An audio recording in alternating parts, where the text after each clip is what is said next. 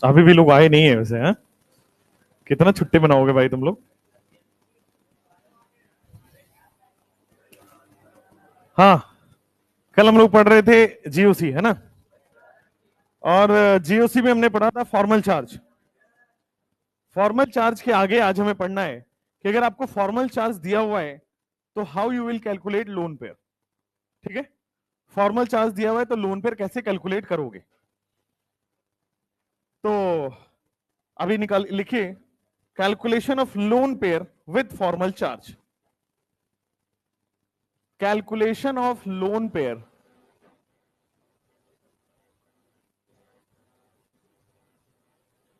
Calculation of lone pair with formal charge. अगर आपके पास formal charge दिया हुआ है तो आप लोन पेयर कैसे निकालोगे। हालांकि मैंने आपको लोन पेयर निकालने का एक तरीका बताया हुआ है, फॉर्मूला भी बताया हुआ है, वैलेंस इलेक्ट्रॉन से भी बताया हुआ है, सब बताया हुआ है, फिर भी इसको फॉर्मल चार्ज की मदद से देखते हैं। नॉर्मली लोन पेयर हम कैसे निकालते हैं, how you will calculate lone pair normally. तो नॉर्मली आप लोन पेयर निकालोगे, नॉर्मली कहीं भी किसी भी एटम का लोन पेयर निकालने का एक तरीका बताया हुआ है कि उस एटम का वैलेंस इलेक्ट्रॉन माइनस उस एटम ने कितने बॉन्ड बनाए हैं, डिवाइड बाई 2 करोगे तो आपके पास क्या आ जाएगा, लोन पेयर निकल के आ जाएगा। तो नॉर्मली आप किसी भी एटम का लोन पेयर निकालना हो तो यही तरीका अपनाते हो और आपके पास लोन पेयर आ जाता है। ये हमने पढ़ रखा है पहले वाले क्लासेस में।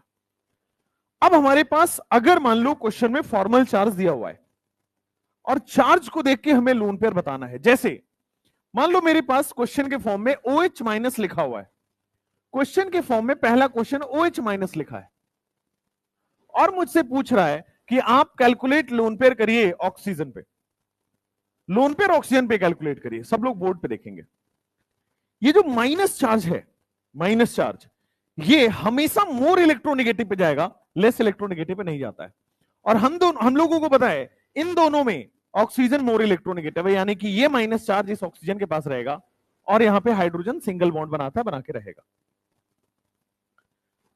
ऑक्सीजन के पास ओरिजिनली कितने इलेक्ट्रॉन होने चाहिए, 6 ऑक्सीजन ग्रुप 16 का है, 6 वैलेंस इलेक्ट्रॉन होने चाहिए, माइनस की वजह से क्या 7 आ गए। अब 7 में से एक तो इसने बॉन्ड बना लिया, बाकी बच गए 6। 6 का मतलब 3 पेयर होगा, मतलब 3 लोन पेयर पड़ा होगा वहां पे। तो आपको क्या करना है, जो भी नेगेटिव चार्ज क्वेश्चन में दिया हुआ है हमेशा वो मोर इलेक्ट्रोनेगेटिव के पास जाएगा। चला गया O के पास, ओरिजिनली कितना होना चाहिए O के पास, 6। अगर वहां N होता तो ओरिजिनली कितना होना चाहिए, 5। सबसे पहले देखना है इसका ग्रुप नंबर क्या है, तो ग्रुप नंबर 16 है, यानी कि 6 वैलेंस इलेक्ट्रॉन होना चाहिए। माइनस रख दिया, यानी कि 6 प्लस 1 और ऐड कर दिया 7। अब 7 इलेक्ट्रॉन इस O माइनस के पास है, जिसमें से एक तो बॉन्ड बना रहा है, बॉन्ड में एक ही इलेक्ट्रॉन इसका आएगा ना, और रिमेनिंग 6 यानी कि 3 लोन पेयर यहां पे पड़ा रहेगा। एक और केस है, मान लो सेकंड क्वेश्चन करके दिखाता हूं। मान लो आपके पास लिखा हुआ है NH-2, NH-2, यहां पे हमें -2 है, कहां जाएगा, नाइट्रोजन पे जाएगा, ऑक्सीजन पे जाएगा, हाइड्रोजन पे, नाइट्रोजन पे जाने वाला है, तो N-2 आ जाएगा। नाइट्रोजन ग्रुप 15 का है तो ओरिजिनली 5 होना चाहिए, -2 का मतलब 7 हो गया, एक तो बॉन्ड बना लिया, बाकी कितने बचे, 6 का मतलब 3 लोन पेयर पड़ा रहेगा। That's it. तो चार्ज देख के आप लोन पेयर कैलकुलेट कर सकते हो किसी पे भी। मान लो आपके पास दिया गया है NH2-, तो सेम कहानी होगा, इस बार नाइट्रोजन के पास 2 हाइड्रोजन जुड़ा हुआ था, नाइट्रोजन पे चला जाएगा -1। ओरिजिनली नाइट्रोजन के पास 5 होने चाहिए, -1 की वजह से 6 हो जाएगा, और देखो 2 तो बॉन्ड बना लिया, 4 बच गए, 2 लोन पेयर आ जाएगा। आप देखोगे तो यही फॉर्मूला लग रहा है। पहले हम क्या कर रहे हैं, वैलेंस इलेक्ट्रॉन निकाल रहे हैं, उसमें से बॉन्ड को हमने माइनस किया, 6 में से बॉन्ड को माइनस कर दिया 2, डिवाइड बाई 2 करोगे 4/2, 2 ही आ रहा है, वो फॉर्मूले से ही आ रहा है, यहां पे लॉजिकली आप निकाल पा रहे हो।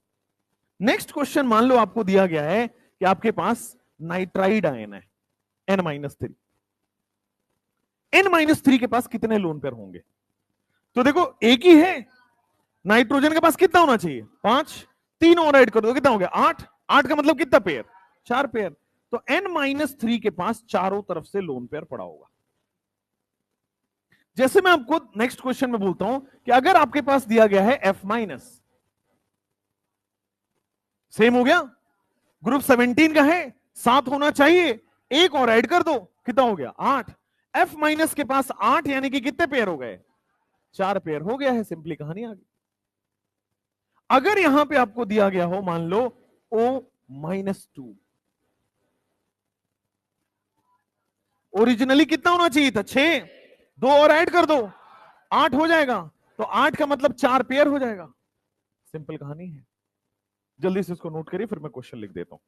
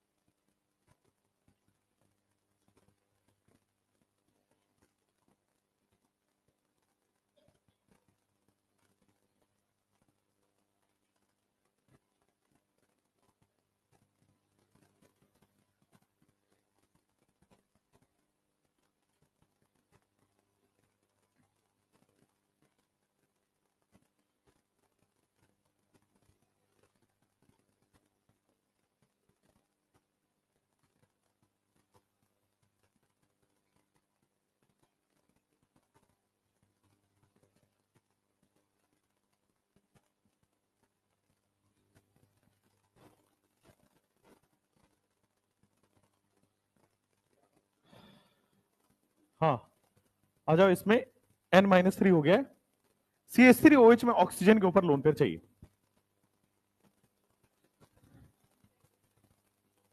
एक लोन पेयर और एक रेडिकल, देखते हैं। देखो CH3OH में ओरिजिनली ऑक्सीजन पे कितना होना चाहिए, 6, +1 की वजह से कितना हो गया, 5, 2 तो बॉन्ड बना लिया, बाकी बच्चे 3, 3 का मतलब एक तो आपके पास लोन पेयर पड़ा होगा और एक फ्री रेडिकल की तरह पड़ा होगा, ठीक है। नेक्स्ट, कभी भी आपको कार्बन पे सिंगल इलेक्ट्रॉन दिख जाए तो फ्री रेडिकल बोलोगे, हर जगह फ्री रेडिकल नहीं बोलोगे, ये ऑड इलेक्ट्रॉन बोला जाता है, तो this is odd electron. Carbon पे सिंगल इलेक्ट्रॉन ही फ्री रेडिकल होता है। नेक्स्ट, इस ऑक्सीजन पे एक होना चाहिए, ओरिजिनली कितना होना चाहिए 6, +1 आने की वजह से कितना हो गया 5, 5 में से 3 तो बन गया बॉन्ड, बाकी बचे 2, 2 का मतलब एक लोन पेयर। NH-1 लिखा हुआ है तो देखो नाइट्रोजन है, फिर हाइड्रोजन है और -1 यहां आ जाएगा। नाइट्रोजन पे होना कितना चाहिए 5, -1 की वजह से कितना हो गया 6, 6 में से एक तो बॉन्ड बना लिया, बाकी बचे 5, 5 का मतलब क्या हो जाएगा आपके पास 2 लोन पेयर और एक ऑड इलेक्ट्रॉन, ऑड इलेक्ट्रॉन। और nitrogen generally odd electron molecule बनाता भी है, आपको नाइट्रोजन फैमिली में पढ़ना है। BH4- में, BH4- में बोरोन जो है वो 4 बॉन्ड बना रहा है और माइनस तो जाएगा बोरोन के पास। तो बोरोन किस फैमिली का एलिमेंट है 13, तो ओरिजिनली कितना होना चाहिए था 3, माइनस की वजह से कितना हो गया 4 और चारों बॉन्ड बना लिया, यानी कि 0 लोन पेयर, बोरोन पे लोन पेयर नहीं है। ये कंपाउंड आपके पी ब्लॉक में है, पढ़ना है। आ जाइए नाइट्रोजन की बात करते हैं। नाइट्रोजन कौन से ग्रुप का एलिमेंट है 15, अब ग्रुप 15 का एलिमेंट है तो 5 होना चाहिए, +1 की वजह से कितना हो गया 4, और देखो चारों बॉन्ड बना लिया, 3 राइट में एक लेफ्ट में, 4 बॉन्ड बना लिया, तो इसके पास 0 लोन पेयर। लेकिन यहां हो 5 होना चाहिए, 3 बॉन्ड बन गया, तो बाकी बचे 2 यानी कि 1 लोन पेयर।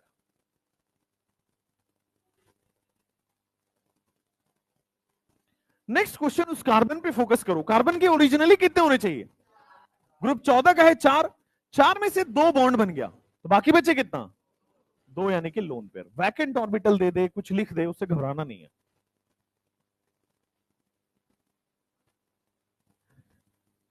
CH3+, तो कार्बन यहां पे 3 हाइड्रोजन से बॉन्ड बना रहा है और एक प्लस चार्ज है।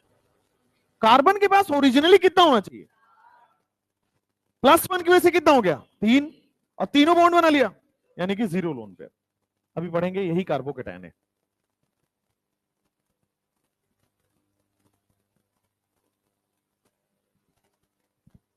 इस वाले कार्बन पे भी क्या 0 लोन पेयर है, 4 होना चाहिए, +1 की वजह से 3 हो गया, तीनों बॉन्ड बना लिया।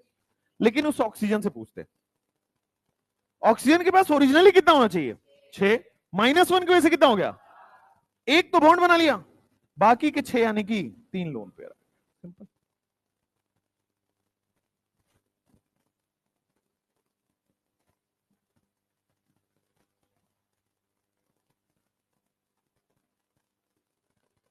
इस PH2- में फास्फोरस 2 हाइड्रोजन से बॉन्डेड है और माइनस हमेशा ही मोर इलेक्ट्रोनेगेटिव पे जाता है।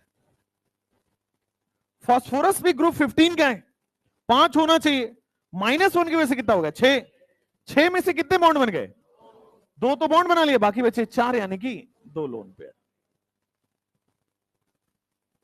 CN- की बात करते हैं, CN-, तो देखो यहां पे कार्बन के पास कितने होने चाहिए 4, माइनस की वजह से कितना हो गया 5, 5 में से 3 बन गया बॉन्ड, बाकी बचे 2 यानी कि 1 लोन पेयर।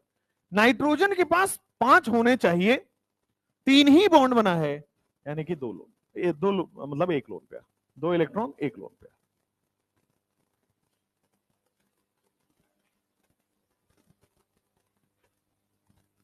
तो याद रखेंगे साइनाइड में कार्बन पे माइनस होता है, नाइट्रोजन पे नहीं होता है। जनरली आप क्या पढ़ते हो माइनस चार्ज मोर इलेक्ट्रोनेगेटिव पे होगा, बट साइनाइड में कार्बन पे होता है। रीजन समझो, साइनाइड आयन थोड़ी बना है, साइनाइड आयन कहां से बना होगा HCN मॉलिक्यूल से, भाई इसी में से H+ हटा होगा, CN-anion बन गया होगा। अब इसका स्ट्रक्चर बनाओ, कार्बन 4 बॉन्ड बनाता है, तो H+ कहां से हट रहा है कार्बन से, तो यहां से हटेगा तो माइनस यहां आएगा, है ना, इसलिए इसका स्ट्रक्चर अलग होता है, देयरफॉर माइनस चार्ज कार्बन पे जाता है। हालांकि इसके बारे में पढ़ना है अभी, आगे पढ़ेंगे आप अल्डिहाइड कीटोन कार्बोक्सिलिक में CN- का रिएक्शन। तो CN- में नाइट्रोजन नहीं डोनेट करता है, कार्बन डोनेट करता है। रीजन कार्बन पे माइनस चार्ज है, सेम हो जाएगा आइसोसाइनाइड में। रीजन ये कहां से आ रहा है, इसका सोर्स देखिए, HCN, तो इससे ये बनता है, इससे ये बनता है, तो H प्लस हटेगा, H प्लस हटेगा तो CN माइनस में कार्बन पे माइनस है।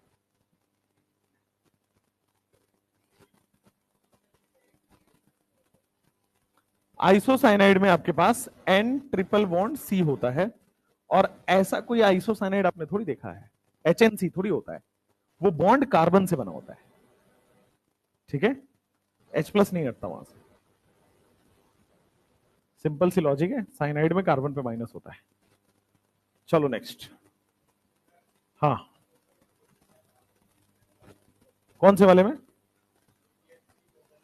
हाँ ये वाला, हाँ करिए।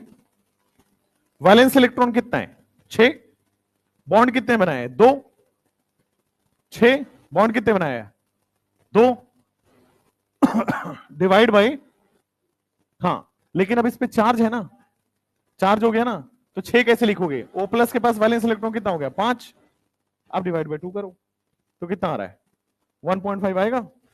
1.5 का मतलब एक लोन पेयर और 0.5 का मतलब सिंगल इलेक्ट्रॉन, तो आप वो लग जाएगा, वो हर जगह लगेगा, बस O नहीं देखना है, वो प्लस देखना है। ज्यादा आसान तरीका अभी जो आप लोग कर रहे हो वही वाला होगा।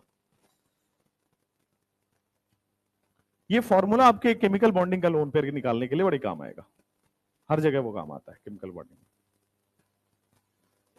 चलो तो अब लिखते हैं, लिखो हेडिंग ऑर्गेनिक रिएक्शन, हेडिंग लिखो ऑर्गेनिक रिएक्शन,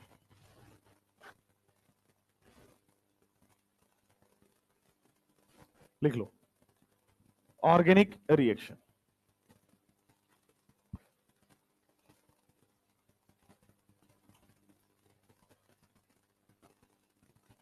ऑर्गेनिक रिएक्शन क्या होता है ये पढ़ना है, तो आप लोगों को क्या लगता है ऑर्गेनिक रिएक्शन क्या होता है, ऑर्गेनिक रिएक्शन क्या होता है। मैं इनऑर्गेनिक की बात नहीं कर रहा और करेंगे भी नहीं, और एक और चीज आपके इनऑर्गेनिक से रिएक्शन हट गई है, पता है ना, लास्ट ईयर कहां आया, रिएक्शंस हट गए इनऑर्गेनिक से, है ना, केवल डी एंड एफ ब्लॉक के रिएक्शंस है, पी ब्लॉक के सारे रिएक्शन गायब हो चुके हैं, तो केवल एक चैप्टर है जहां पे रिएक्शन पढ़नी है, और डी एंड एफ ब्लॉक में केवल 8 रिएक्शन है, उससे ज्यादा है ही नहीं। कार्बन K2Cr2O7, KMnO4, KMnO4 के 4 रिएक्शन है, K2Cr2O7 के 4 रिएक्शन है, टोटल 8 रिएक्शन है। तो inorganic reactions has been deleted from the syllabus. हाँ ऑर्गेनिक रिएक्शन है, ऑर्गेनिक रिएक्शन अच्छा खासा है, तो ऑर्गेनिक रिएक्शन हम लोग स्टार्ट करते हैं। आपको क्या लगता है ऑर्गेनिक रिएक्शन क्या होता है, हाउ ऑर्गेनिक रिएक्शन बिहेव्स, या कैसे होता है, कोई भी आप ऑर्गेनिक रिएक्शन सोच लो, एल्डोल, कैनिजारो, कोई भी सोच लो, क्या होता है ऑर्गेनिक रिएक्शन में।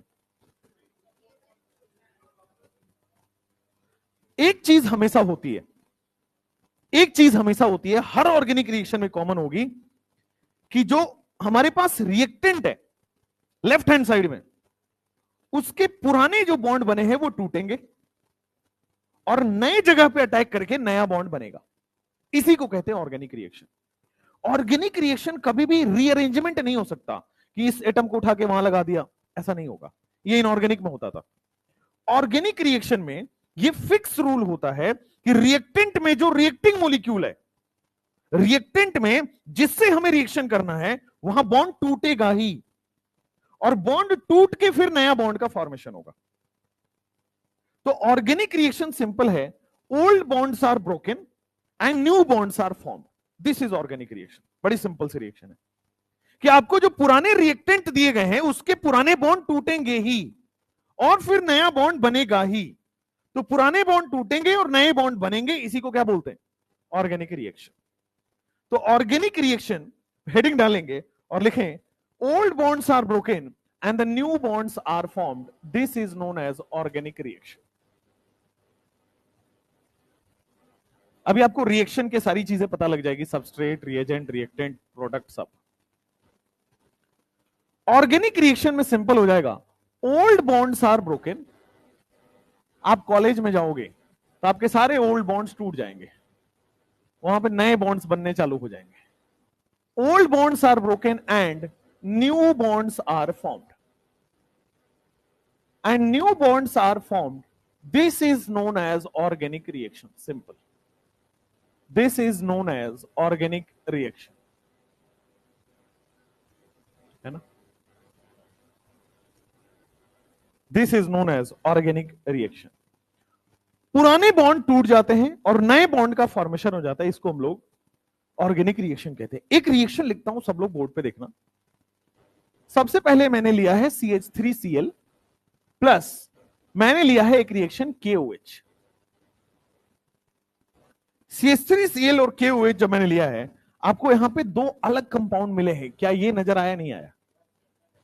कौन से दो कंपाउंड है? कौन से दो कंपाउंड है? हे भगवान, CH3Cl। ये कोवलेंट है, ये आयनिक, ये कोवलेंट है भाई। कार्बन क्लोरीन का बॉन्ड है, यानी कि नॉन मेटल का बॉन्ड है, ये कोवलेंट बॉन्ड है। और यहां पे ये कोवलेंट कंपाउंड है, और यहां पे देखो मेटल और नॉन मेटल का बॉन्ड है, यानी कि ये आयनिक बॉन्ड है। ठीक है। ऑर्गेनिक रिएक्शन कभी भी डिफरेंशिएट नहीं करेगा कि कोवलेंट ही टूटे या आयनिक ही टूटे, या कोवलेंट का ही रिएक्शन हो, आयनिक का ही रिएक्शन हो। कोई भी रिएक्शन कर सकता है ऑर्गेनिक में।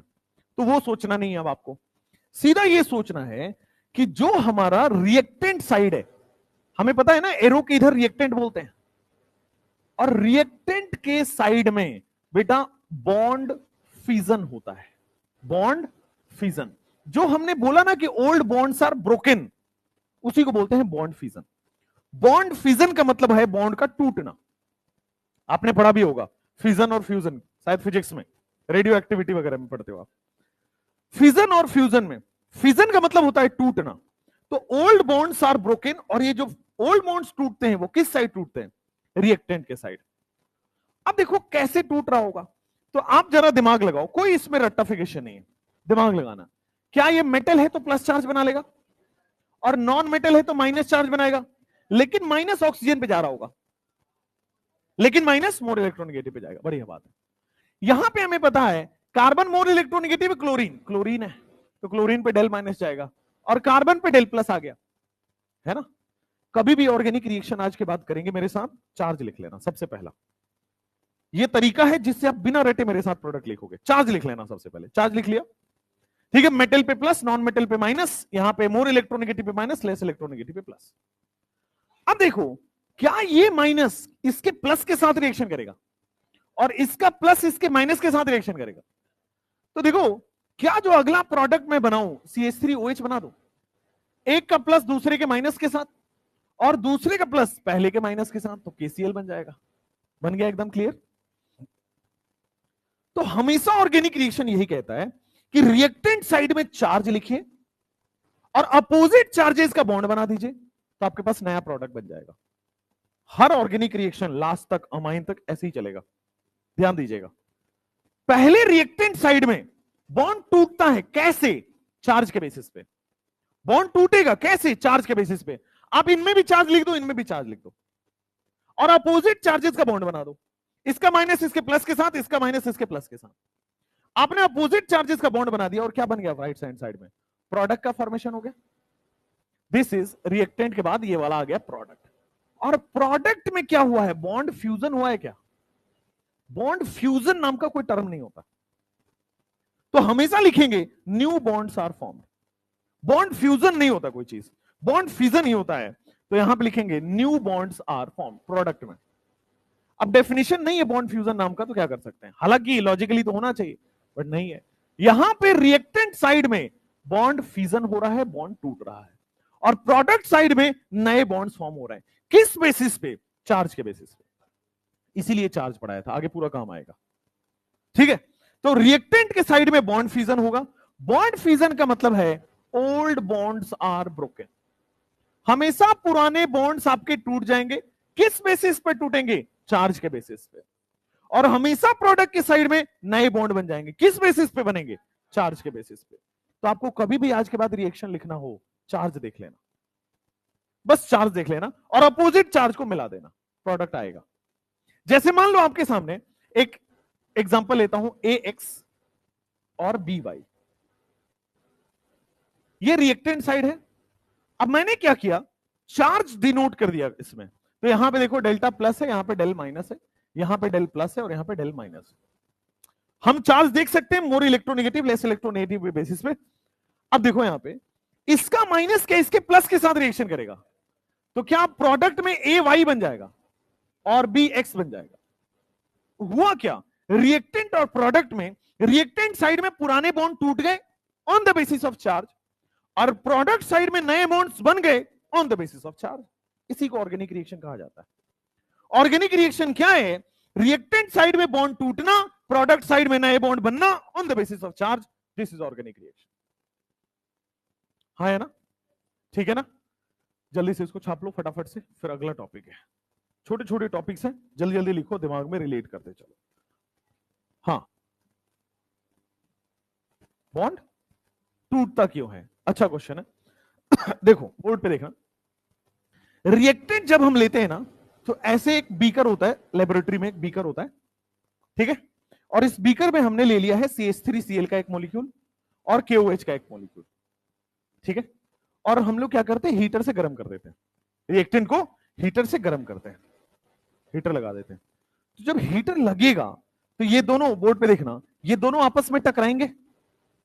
ये दोनों, जब हीटर इसमें गर्मी बढ़ेगा तो इधर उछल कूद मचाएगा, इधर उधर भागेगा, जब रैंडम मूवमेंट होगा तो आपस में टकराएंगे, आपस में टकराएंगे तो चार्जेस इधर उधर शिफ्ट होंगे और बॉन्ड टूट जाएगा, ठीक है। ये आप काइनेटिक्स में आप पढ़ोगे, केमिकल काइनेटिक्स में पढ़ाया जाता है कि बॉन्ड टूटता ही क्यों है, ठीक है।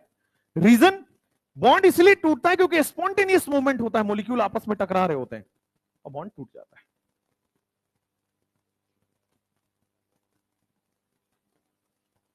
इसमें डेल प्लस डेल माइनस कैसे हुआ, ये सवाल पूछने से पहले बेटा कूद जाना था तुम्हें।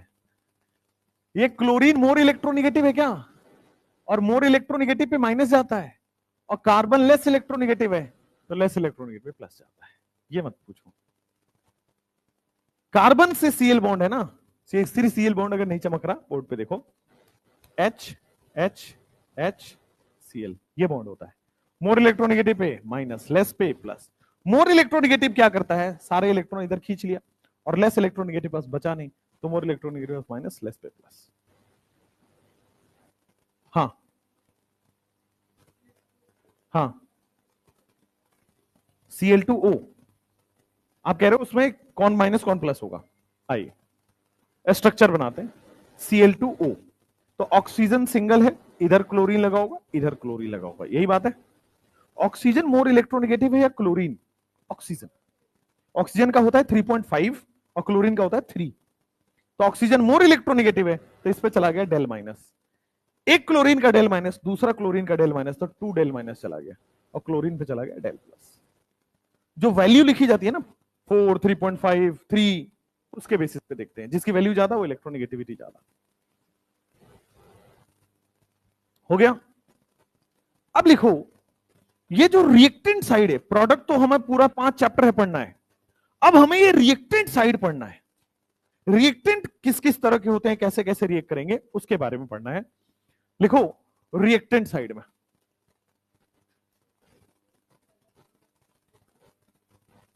वो अगले चैप्टर्स में है, यहां पे पूरा रिएक्टेंट की बात होगी। प्रोडक्ट लिखने की बात हाइड्रोकार्बन से स्टार्ट होती है। रिएक्टेंट कितने तरह के होते हैं, क्या होते हैं, इन पे बात करते हैं। अब रिएक्टेंट में कई सारे मॉलिक्यूल होंगे भाई, जरूरी थोड़ी है 2 ही हो, 3 भी हो सकता है, 5 भी हो सकता है, 7 भी हो सकता है। रिएक्टेंट साइड में जो मॉलिक्यूल्स होते हैं उसको 2 कैटेगरी में बांटा गया है। रिएक्टेंट साइड में जो मॉलिक्यूल्स होते हैं उसको 2 कैटेगरी में बांटा गया है, एक को बोलते हैं सबस्ट्रेट और दूसरे को बोलते हैं रीएजेंट। सबस्ट्रेट और रीएजेंट, बेटा बोर्ड पे फोकस, सबस्ट्रेट और रीएजेंट। सबस्ट्रेट वो मॉलिक्यूल होता है जो अपने ऊपर अटैक करवाता है। अब ध्यान से देखिएगा, ये OH माइनस ने अटैक किया था ना इसके ऊपर, तभी तो बॉन्ड बना था। तो एक ने अटैक किया और दूसरे ने अटैक करवाया, तो जो अटैक करवा रहा है उसको हम लोग बोलते हैं सबस्ट्रेट, और जो अटैक कर रहा है उसको हम लोग बोलते हैं रीएजेंट। सिंपल, हर ऑर्गेनिक रिएक्शन में एक सबस्ट्रेट और एक रिएजेंट मिलेगा। हर ऑर्गेनिक रिएक्शन में एक सबस्ट्रेट एक रिएजेंट होगा। सबस्ट्रेट का मतलब है जो अपने ऊपर अटैक करवा रहा हो, और रिएजेंट का मतलब है जो अटैक कर रहा है। अब आपको कैसे पता चलेगा कौन अटैक करवाएगा कौन अटैक करेगा? ये धीरे धीरे अभी चार्ट बनवाएंगे उसमें लिखवाएंगे, ठीक है। सबस्ट्रेट क्या होता है? विच अटैक्स ऑन रिएजेंट। सबस्ट्रेट एक ऐसा मॉलिक्यूल है विच अटैक्स ऑन रिएजेंट, जो रिएजेंट पर अटैक कर रहा है, इसी को क्या बोल देते हैं? सबस्ट्रेट। और रिएजेंट क्या होता है? molecule on which reagent attacks, ये सही डेफिनेशन है। molecule on which reagent attacks, this is substrate, और reagent हो जाएगा molecule which attacks on substrate।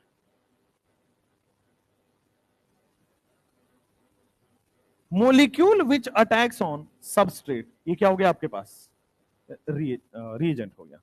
जो अटैक करेगा वो रिएजेंट है, और जो अटैक करवाएगा वो सबस्ट्रेट है। अब ध्यान से देखना, रिएजेंट और सबस्ट्रेट में कौन स्टेबल कौन अनस्टेबल, या दोनों ही अनस्टेबल? दोनों ही अनस्टेबल है, ये सही सवाल है। क्यों? अगर ये स्टेबल होता तो रिएक्शन ही क्यों करता, है ना? तो इसका मतलब ये दोनों ही अनस्टेबल है। अब पूछा जाता है, माना कि दोनों अनस्टेबल है, इन दोनों में भी कम स्टेबल कौन है और ज्यादा, मतलब कम अनस्टेबल कौन है, ज्यादा अनस्टेबल कौन है? हाँ देखो ध्यान से, रिएजेंट ज्यादा अनस्टेबल होगा तभी तो वो अटैक करेगा जल्दी से।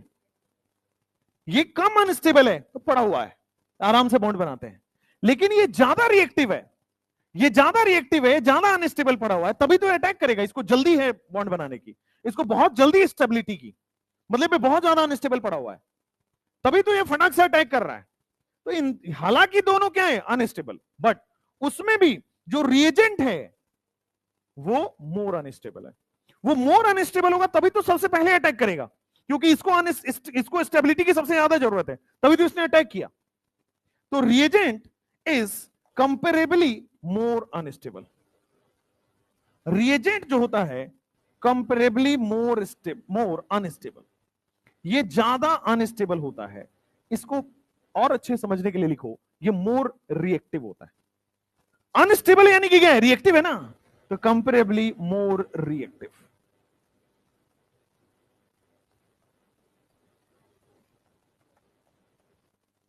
Comparably more unstable, comparably more reactive reagent. Substrate और रिएजेंट फटाफट लिखिए।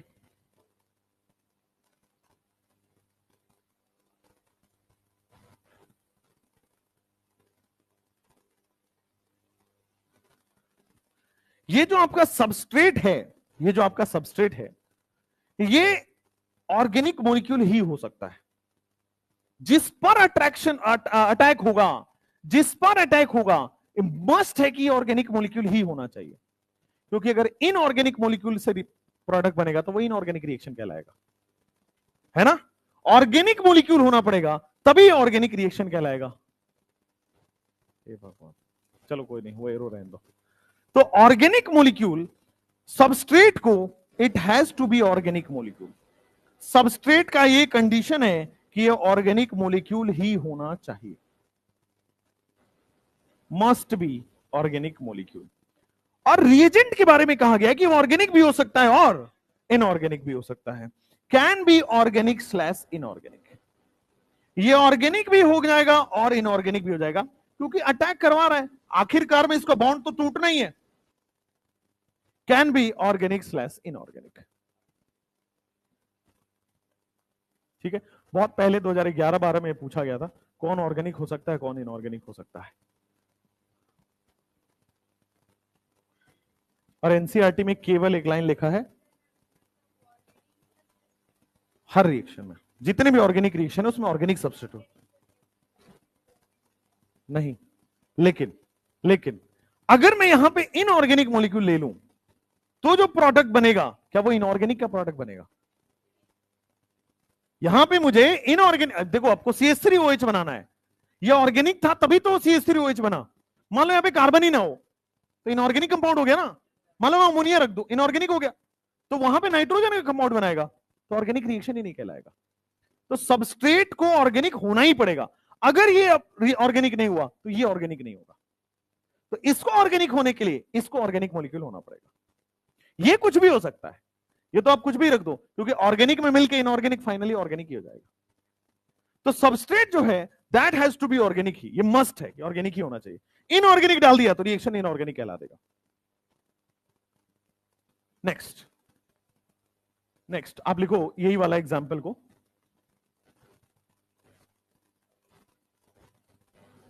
अमोनिया फॉर्मेशन ऑर्गेनिक रिएक्शन नहीं होता है। हाँ नहीं, अमोनिया में ऑर्गेनिक का है। अमोनिया में तो N2 और 3H2 मिलता है ना, कार्बन तो है ही नहीं। तो कार्बन नहीं है तो ऑर्गेनिक नहीं है भाई। ऑर्गेनिक के लिए तो कार्बन होना मस्ट है ना, ऑर्गेनिक नहीं है तो कार्बन नहीं है। चलो नेक्स्ट। हाँ, सबस्ट्रेट इनऑर्गेनिक, और सबस्ट्रेट इनऑर्गेनिक होते ही वो इनऑर्गेनिक रिएक्शन हो गया। रिएजेंट कुछ भी हो सकता है, रिएजेंट पे फर्क पड़ता ही नहीं है। मान लो यहां पे मैंने कोई क्लोरीन मॉलिक्यूल लिया। अब क्लोरीन जो है वो ये तो है, इनऑर्गेनिक ही तो है। क्लोरीन में कार्बन कहां है? जिसमें कार्बन होगा वही तो आपके पास ऑर्गेनिक होगा। तो मान लो मैं यहां पे क्लोरीन लेता हूं, तो यहां पे अगर कार्बन है तो कार्बन और क्लोरीन बन जाएगा ना, तो कार्बन और क्लोरीन इज ऑर्गेनिक। समझ में आया? तो ये फिक्स करना पड़ेगा, ये ऑर्गेनिक होना ही चाहिए। अगर ये ऑर्गेनिक होगा तो इसका प्रोडक्ट हमेशा ऑर्गेनिक बनेगा। अगर यही इनऑर्गेनिक हो गया तो इसका प्रोडक्ट भी इनऑर्गेनिक बनने लगेगा।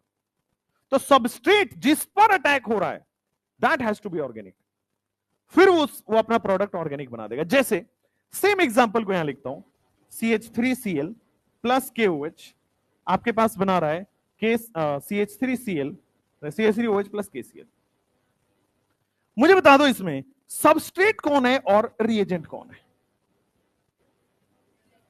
सबस्ट्रेट यानी कि जिस पर अटैक हुआ है, और देखो ये कार्बन वाला मॉलिक्यूल ही होगा, तभी उसको ऑर्गेनिक बोल पाएंगे। और जो रिएजेंट है वो कुछ भी हो सकता है, ऑर्गेनिक भी इनऑर्गेनिक भी। अगर आप ध्यान दें तो ये इनऑर्गेनिक है ना? तो ऑर्गेनिक भी हो सकता था, इनऑर्गेनिक भी हो सकता था reagent, but substrate has to be organic only. फटाफट लिख के जल्दी से नोट करिए, फिर अगला।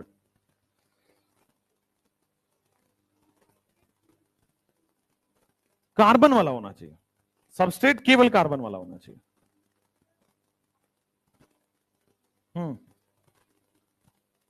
नहीं, CH3 देखो CH4 क्या है? मीथेन है।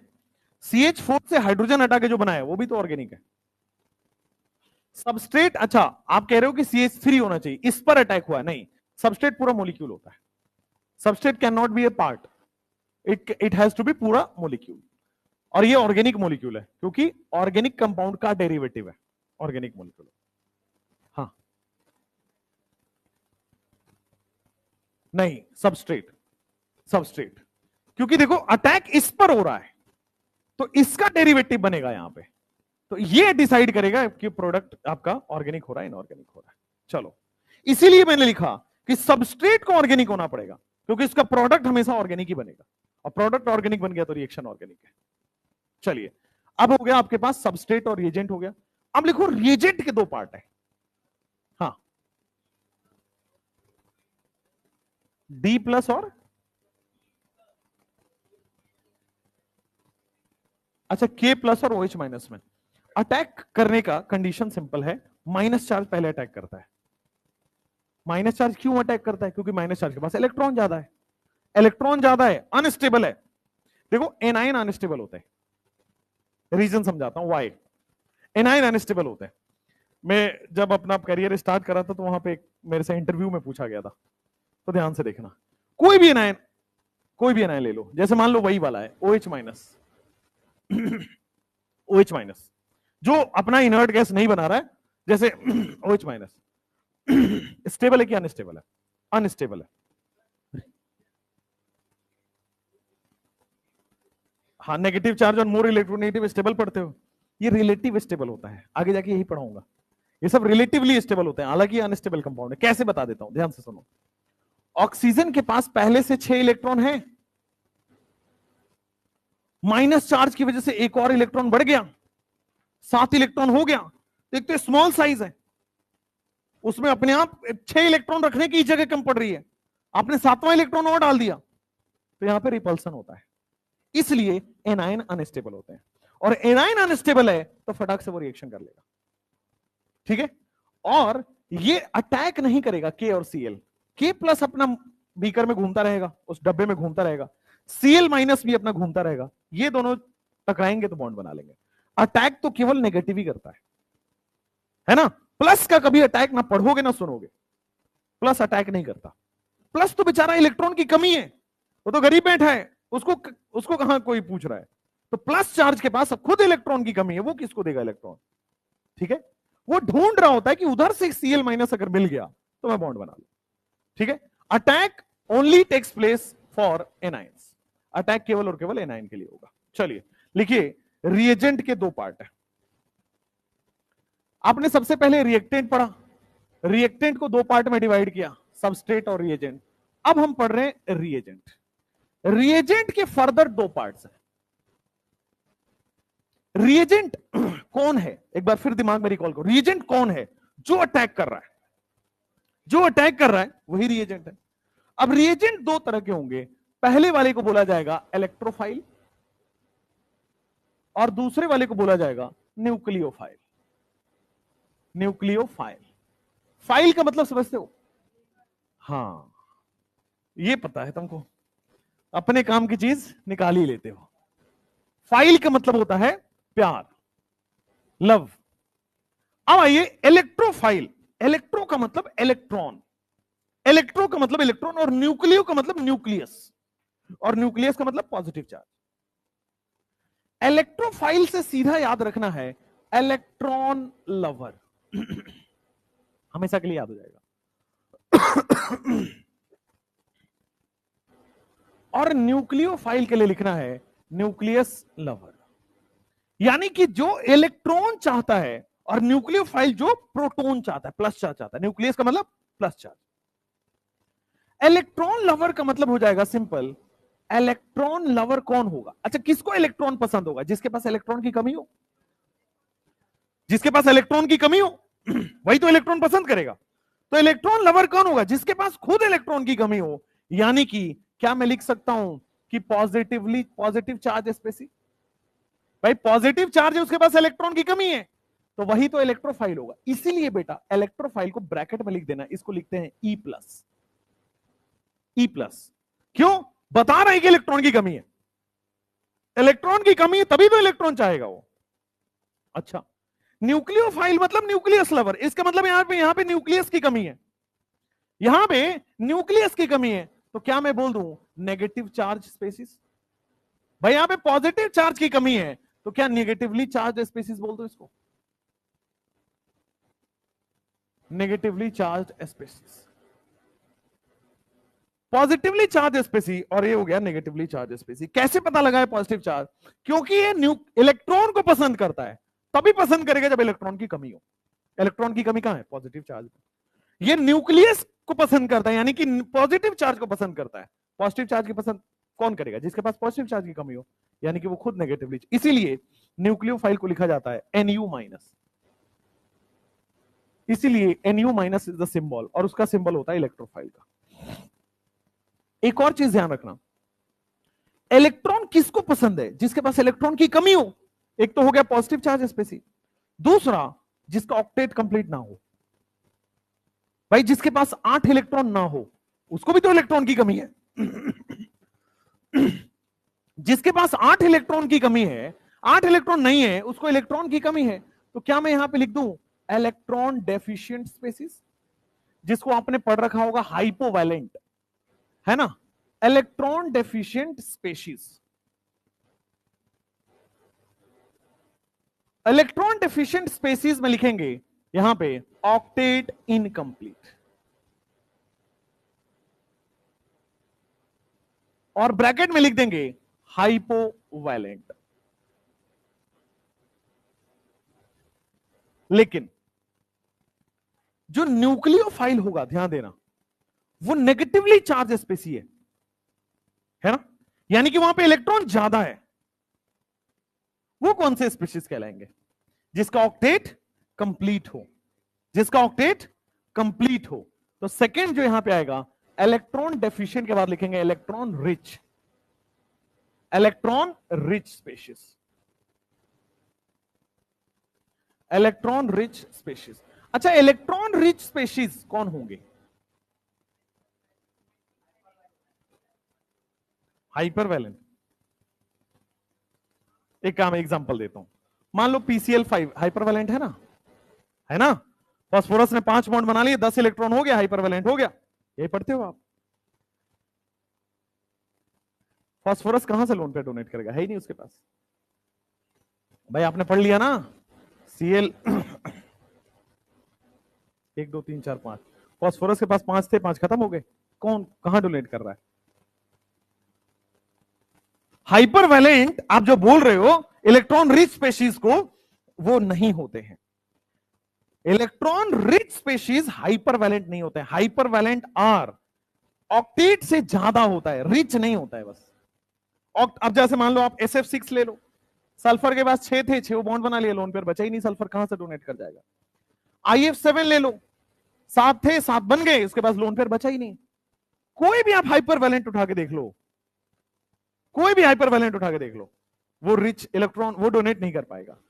तो देखो ध्यान से, यहां तो जरूर होता है इलेक्ट्रॉन डेफिशिएंट स्पीशीज में हाइपरवैलेंट, वहां पे हाइपरवैलेंट मत लिख देना, है ना।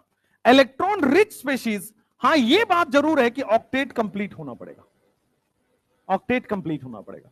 तो अगर ऑक्टेट कंप्लीट नहीं है तो वापस से यहां डाल दो उसको, इलेक्ट्रोफाइल हो जाएगा। ऑक्टेट कंप्लीट नहीं है तो इलेक्ट्रॉन की कमी है, इलेक्ट्रॉन की कमी है तो कहां हो गया? इलेक्ट्रोफाइल। फटाफट से नोट डाउन करो इसको, फिर एग्जांपल लिखें। तो इसके 2 पॉइंट्स हैं, दोनों पॉइंट्स एनसीईआरटी में मेंशन है।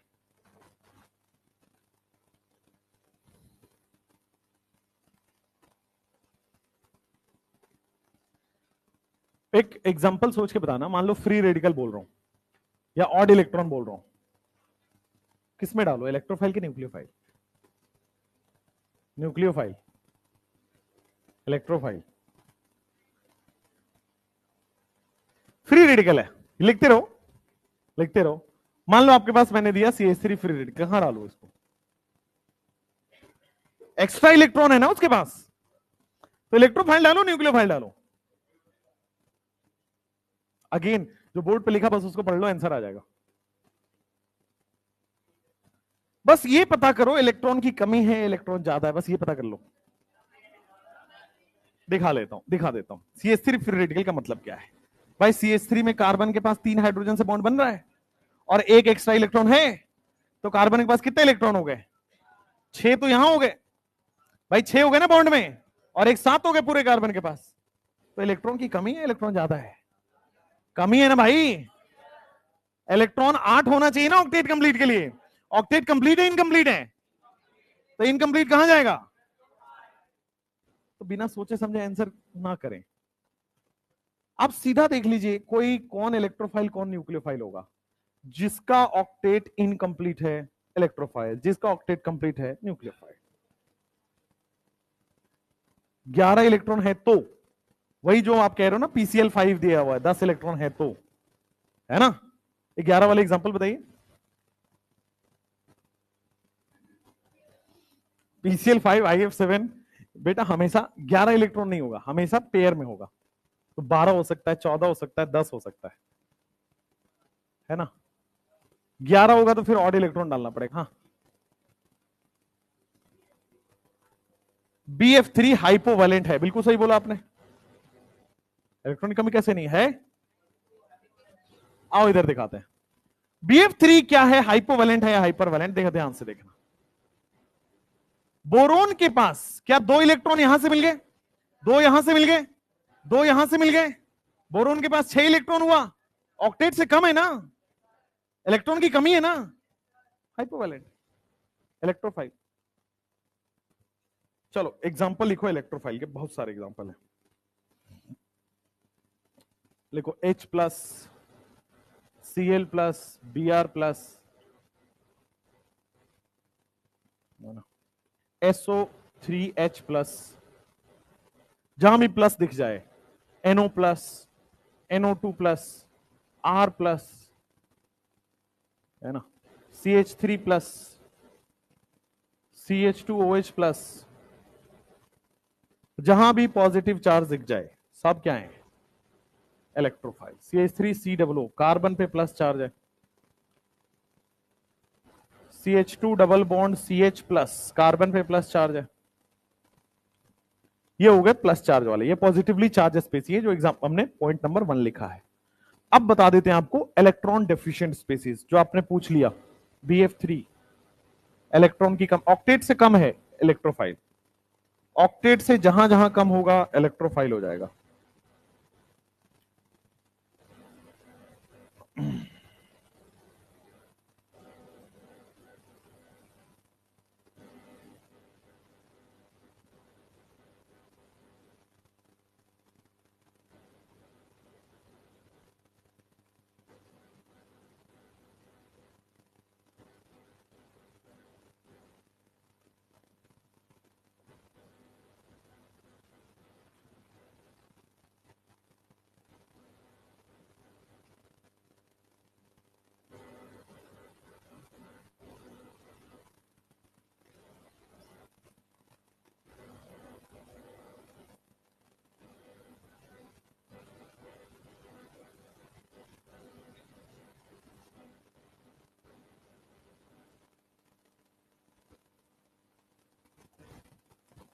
ये सारे इलेक्ट्रोफाइल के एग्जांपल है। पहले पॉजिटिवली चार्ज स्पेसी लिख दिया, फिर इलेक्ट्रॉन डेफिशिएंट स्पेसीज आपके सामने लिखे हुए हैं, फिर देखोगे कार्बोनिल प्लस यहां पे आ जाएगा, more electronegative less electronegative, more electronegative less electronegative, more electronegative less electronegative, हर जगह आपके पास प्लस चार्ज है। तो सारे इलेक्ट्रॉन इलेक्ट्रोफाइल है, इलेक्ट्रोफाइल प्लस चार्ज हो गए। हाँ, CF Cl+ किस केस में होगा, है ना, बहुत सारे केस में होगा, बहुत सारे केसेस में होगा। मान लो आपको अभी अभी जो एग्जांपल इन्होंने पूछा था, OCl2 एग्जांपल लिया मैंने, है ना, क्या ऑक्सीजन मोर इलेक्ट्रोनेगेटिव है क्लोरीन के रेस्पेक्ट में, तो इस पे माइनस आ जाएगा, इस पे प्लस आ जाएगा, ठीक है ना। कल भी बताया था कि फ्लोरीन भी प्लस चार्ज होता है, केवल एक जगह पूरी दुनिया में, HOF। HOF में आपके पास फ्लोरीन केवल एक ऑक्सो एसिड बनाता है, उसमें वो भी +1 बना देता है, तो फ्लोरीन भी +1 में होता है, ठीक है। न्यूक्लियोफाइल के एग्जांपल भी लिख लो, H-, Cl-, Br-, OH-, OR-, CN-। जब CN- आपको लिखा ऐसा जाएगा, बोर्ड पे देखो CN- आपको ऐसा लिखा जाएगा, बट वो कार्बन पे जूम करना है आपको, कार्बन पे होगा CX-, कोई भी BrClF, CH3- पढ़ेंगे अभी, कार्बन आयन है, NH2-, CH2 double bond CH-, CH triple bond C-। फिर ये नेगेटिवली चार्ज हो गए, ये इलेक्ट्रॉन रिच हो गए, H2O, ammonia, ROH, ROR, RNH2, R2NH और R3N। फिर एक और केस आता है RMGX, सुना है आपने,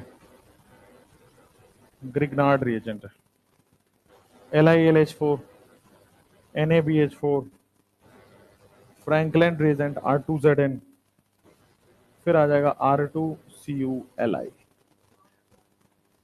R2NH,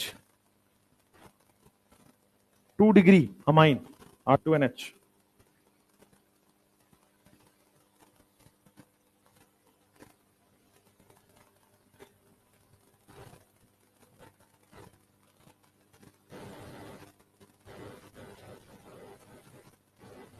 कोई भी डाउट हो पूछ लीजिए।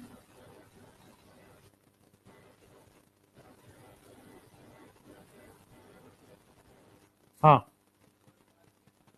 हाँ हाँ बताता हूं रीजन, देखो HOF, ऑक्सीजन का चार्ज कितना होता है -2,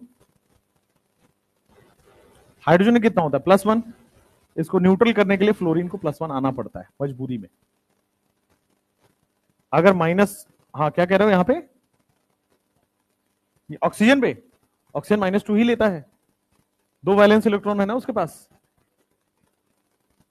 हाँ, फ्लोरीन से कैसे ले रहा है, देखो ध्यान से, ये OH मॉलिक्यूल की तरह काम करता है, ये दोनों, और इन दोनों को इधर टिल्ट करा लेता है। अब कैसे लेता है, एक्सपेरिमेंटल, यही है इनऑर्गेनिक, इसीलिए उसको एक्सेप्शन में लिख पाते हैं। हाँ सारा हाँ, ऑल रेडिकल्स आर इलेक्ट्रोफाइल, क्योंकि ऑक्टेट कंप्लीट कभी होता ही नहीं रेडिकल का। हाँ बताओ, SnCl4 में, हाँ ऑक्टेट कंप्लीट है, हाँ बिल्कुल सही बात है, कैसे हुआ, है ना, यही पूछ रहे हो ना, एक से पहले उनका जवाब दे दो। SnCl2 बहुत सही सवाल है, और मैं चाह रहा था कोई पूछे, ध्यान से देखना, SnCl4 में 4 बॉन्ड बन तो रहा है भाई, CCl4 की तरह है, कार्बन फैमिली का ही तो SN, CCl4 की तरह 4 बॉन्ड बन जाएगा, ऑक्टेट कंप्लीट है, फिर इसको इलेक्ट्रोफाइल कैसे लिखा। हाँ, इसमें d ऑर्बिटल होता है तो एक्सेप्ट कर सकता है, समझे। SN क्या है, नीचे वाले पीरियड का है, तो ड्यू टू d ऑर्बिटल, ये जितने हैं PbCl2, FeCl3, ये जितने हैं d ऑर्बिटल प्रेजेंट है, और डी, हाँ vacant d orbital, vacant d orbital है तो कोई भी इसमें डोनेट कर सकता है, डी ऑर्बिटल प्रेजेंट है, and hence it can accept lone pair, इसलिए ये एक्सेप्ट करता है। आगे आपको ना SnCl4 का एक रिएक्शन पढ़ना है डी ब्लॉक में, PCl5, हाँ वैकेंट डी ऑर्बिटल तो इलेक्ट्रोफाइल होगा, तो उन्होंने पूछा था न्यूक्लियोफाइल होगा कि नहीं, मैंने बोला न्यूक्लियोफाइल नहीं होगा, बट PCl5 होगा, जिसके पास भी वैकेंट डी ऑर्बिटल है सबके सब इलेक्ट्रोफाइल है, ऑल डी ऑर्बिटल जिसके पास भी है सब इलेक्ट्रोफाइल है ना। हाँ हाँ, ओ हाँ हाँ, -2 आ गया,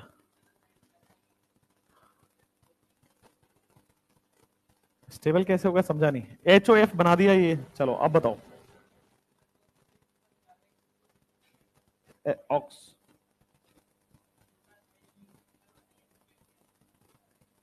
अच्छा हाँ, तो मैंने कहा कि ये स्टेबल है, कंपाउंड एग्जिस्ट करता है, स्टेबल है नहीं स्टेबल है वो तो आप वहां पढ़ोगे हेलोजन फैमिली में। हाँ माना कि बहुत ज्यादा अनस्टेबल है, इसीलिए फ्लोरीन एक ही बनाता है ये, इसके अलावा नहीं बना पाता वो, है ना, बहुत ज्यादा अनस्टेबल है बट एग्जिस्ट जरूर करता है। जैसे आपने पढ़ा है ना कि हाइपोवेलेंट कंपाउंड अनस्टेबल है ना, बट एग्जिस्ट तो करता ही है, नेचर में तो मिलता ही है, BF3 BCl3 BBr3, है ना, तो अनस्टेबल है, आपकी बात सही है, बट एग्जिस्ट तो करेगा, नेचर में मिलेगा तो सही। अब जैसे आप ग्रिग्नार्ड आगे पढ़ाऊंगा, तो जब भी ग्रिग्नार्ड आपको दिखेगा आप R- लगा देना, ग्रिग्नार्ड का मतलब होता है R-, खत्म, इसके आगे सोचे क्वेश्चन गलत, और R- सोचोगे क्वेश्चन सही होगा। LiAlH4 आगे जाके लिखूंगा H-, ये बहुत अच्छा रिड्यूसिंग एजेंट है, पढ़ाऊंगा आगे जाके, स्ट्रॉन्गेस्ट रिड्यूसिंग एजेंट, ठीक है। जब भी LiAlH4 आए H- समझ जाना, और H- कहां अटैक करेगा, प्लस पे, प्रोडक्ट बन जाएगा। NaBH4 माइल्ड ऑक्सीडाइजिंग एजेंट है, ये भी H- देगा। R2Zn R- देगा, R2CuL है R- देगा। अब देखो ये लग रहा होगा रटना पड़ेगा क्या, नहीं, R का मतलब कार्बन होता है, कार्बन अगर मेटल से जुड़ा हुआ हो हमेशा कार्बन माइनस आ जाएगा, देखो यहां पे कार्बन जिंक मेटल से जुड़ा हुआ था carbon minus, carbon copper metal से जुड़ा हुआ था कार्बन माइनस, तो जब भी कार्बन मेटल से जुड़ा हो इसको बोलते हैं ऑर्गेनोमेटलिक, और ऑर्गेनोमेटलिक हमेशा माइनस देते हैं। देखो ये वाला, यहां पे देख लो, यहां पे देख लो R-। अब इन दोनों केसेस में देखो, इन दोनों केसेस में ये भी मेटल हाइड्रोजन, मेटल हाइड्रोजन, जब भी मेटल हाइड्रोजन हो उसको बोलते हैं मेटल हाइड्राइड, और मेटल हाइड्राइड हमेशा H- देते हैं, है ना, ये बाद के टॉपिक से बस इंट्रो दे रहा हूं। चलो अब ये नेगेटिवली चार्ज है इसको, इसलिए हम लोग इसको क्या बोल दिया, न्यूक्लियोफाइल, लिखो, हो गया इलेक्ट्रोफाइल न्यूक्लियोफाइल। नोट में लिखो, नोट में लिखो, free radical comma carbene comma nitrene always act as electrophile. Free radical, note, आपके पास कहीं भी फ्री रेडिकल दिख जाए, फ्री रेडिकल, एक जगह केवल एक रिएक्शन है कार्बीन की, वो हमें पढ़ना है CH2, और CH2 के पास ऐसे लोन पे दिखा रहता है, this is carbene. Free radical comma carbene comma नाइट्रीन, नाइट्रीन syllabus में नहीं है, RN, N पे 1 2 3 4 और एक 5 होता है, ऑड इलेक्ट्रॉन होता है नाइट्रीन। ठीक है, फ्री रेडिकल कोई भी आ जाए, फ्री रेडिकल का मतलब आप समझ आना, CH3 फ्री रेडिकल हो गया, कार्बीन हो गया, नाइट्रीन हो गया, always acts as electrophile, always acts as electrophile, ये हमेशा ही इलेक्ट्रोफाइल की तरह बिहेव करेंगे। कार्बीन का एक रिएक्शन पढ़ना है बस, नाइट्रीन सिलेबस में नहीं है, फ्री रेडिकल भरपूर दिया गया है। नाइट्रीन कैसे होगा सिलेबस में नहीं है, यही तो बताया मैंने। अब उसके लिए आपको एंटी बॉन्डिंग मॉलिक्यूल और ऑर्बिटल सोचना पड़ेगा, तो मैं सोचवा ही नहीं रहा, उधर सिलेबस में नहीं है। फ्री रेडिकल कार्बीन नाइट्रीन ये हमेशा आपके पास क्या हो जाएंगे, इलेक्ट्रोफाइल की तरह होंगे।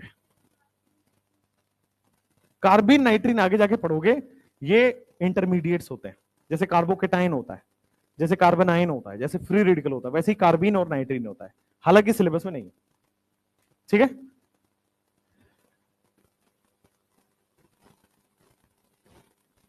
लिखो ambiphile, next definition is ambiphile. एक इलेक्ट्रोफाइल पढ़ा, फिर आपने न्यूक्लियोफाइल पढ़ा, फिर एम्बी फाइल।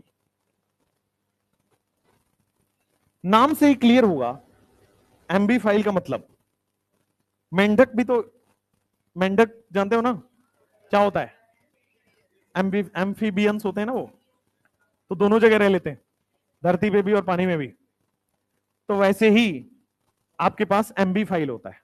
एम्बी फाइल जो इलेक्ट्रोफाइल की तरह भी बिहेव करे और न्यूक्लियोफाइल की तरह भी बिहेव करे, एक ही मोलिक्यूल है, उसमें का एक एटम इलेक्ट्रोफाइल बिहेव कर रहा है, दूसरा एटम न्यूक्लियोफाइल बिहेव कर रहा है, बोर्ड पे लिखा हुआ है कार्बोनिल, कार्बन प्लस इलेक्ट्रोफाइल की तरह बिहेव कर रहा है, ऑक्सीजन का लोन पेयर न्यूक्लियोफाइल की तरह बिहेव कर रहा है। समझ में आया, तो लिखो ambiphile. Next definition, electrophile nucleophile के बाद ambiphile. Ambiphile, ambiphile, species which act as electrophile as well as nucleophile, species which act as electrophile as well as nucleophile।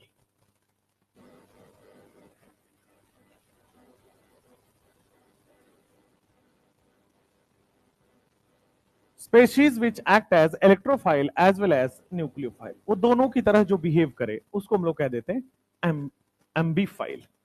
एम्बीफाइल का सबसे एग्जांपल, बेहतरीन example है C double bond O. इस carbonyl में अगर आप देखो तो कार्बन पे क्या डेल्टा प्लस नजर आ रहा है, ऑक्सीजन पे क्या डेल माइनस नजर आ रहा है, दिस इज एम्बीफाइल। नेक्स्ट, नेक्स्ट, जैसे मान लो आपके पास CH3 C triple bond N, CH3 C triple bond N, N पे माइनस आ गया, यहां पे प्लस आ गया, एंड देयरफॉर ये आपके पास इलेक्ट्रोफाइल और सामने वाला न्यूक्लियोफाइल।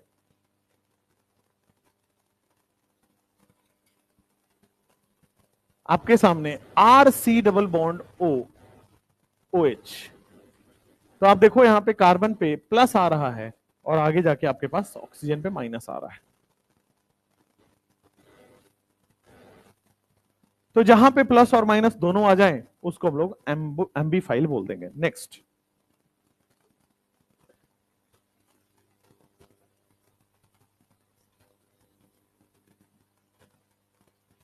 एक और आता है, हालांकि ये कोऑर्डिनेशन कंपाउंड का है, बट लिख लीजिए, लिख लीजिए ताकि काम आएगा। एम्बीफाइल के बाद एक और आता है एम्बीडेंटेट, एम्बीडेंटेट न्यूक्लियोफाइल। न्यूक्लियोफाइल का मतलब ऑक्टेट कंप्लीट है और एक्स्ट्रा इलेक्ट्रॉन है, उसी को क्या बोलेंगे? न्यूक्लियोफाइल। अगर कोई बोले एक्स्ट्रा इलेक्ट्रॉन है तो न्यूक्लियोफाइल बोल सकते हैं? नहीं, न्यूक्लियोफाइल के लिए ऑक्टेट कंप्लीट होना मस्ट है। अब न्यूक्लियोफाइल का काम क्या होगा? उसके पास इलेक्ट्रॉन ज्यादा है तो वो डोनेट कर दे। न्यूक्लियोफाइल यही है ना। इलेक्ट्रोफाइल का मतलब इलेक्ट्रॉन की कमी एक्सेप्ट कर ले, न्यूक्लियोफाइल का मतलब इलेक्ट्रॉन ज्यादा है डोनेट कर दे। पहले खुद स्टेबल होगा तभी तो डोनेट करेगा। नहीं, ज्यादा होने का मतलब कभी नहीं। H माइनस हीलियम हो गया ना, कहां से डोनेट करेगा? वो इनर्ट गैस हो गया। समझ में आया? तो देखो ध्यान से, हर माइनस चार्ज को न्यूक्लियोफाइल नहीं बोलोगे, हर नेगेटिवली चार्ज स्पीसी को न्यूक्लियोफाइल नहीं बोलोगे। वो नेगेटिवली चार्ज स्पीसी जिसका खुद का ऑक्टेट कंप्लीट हो। अगर ऑक्टेट कंप्लीट होगा तभी तो वो डोनेट करेगा। समझ में आया? अगर ऑक्टेट कंप्लीट है तभी तो डोनेट कर रहा है, और तभी उसको क्या बोलेंगे हम? न्यूक्लियोफाइल। ठीक है, तो न्यूक्लियोफाइल के लिए ऑक्टेट कंप्लीशन इज मस्ट। लिखो एम्बिडेंटेड, यहां पे लिखना चाहो तो लिख लो, न्यूक्लियोफाइल में octet completion is must. Octet complete होना ही चाहिए। भाई मेरी हिंदी जो है ना आपकी इंग्लिश जैसी है, बहुत खराब। ऑक्टेट कंप्लीट होना ही चाहिए। नेक्स्ट, एम्बिडेंटेड न्यूक्लियोफाइल वो होता है ऐसा न्यूक्लियोफाइल जिसमें एक से ज्यादा डोनर साइट्स हो, एक से ज्यादा यूनिट जो डोनेट हो सकता हो। जैसे बोर्ड पे देखेंगे सी ट्रिपल बॉन्ड है, अभी अभी बनाया था मैंने, नाइट्रोजन पे एक लोन पेयर बनाया था, कार्बन पे एक लोन पेयर बनाया था, और कार्बन पे माइनस बनाया था, यही बनाया था। कार्बन के पास भी लोन पेयर है, डोनेट कर सकता है, नाइट्रोजन भी डोनेट कर सकता है। पहले कौन करेगा? कार्बन।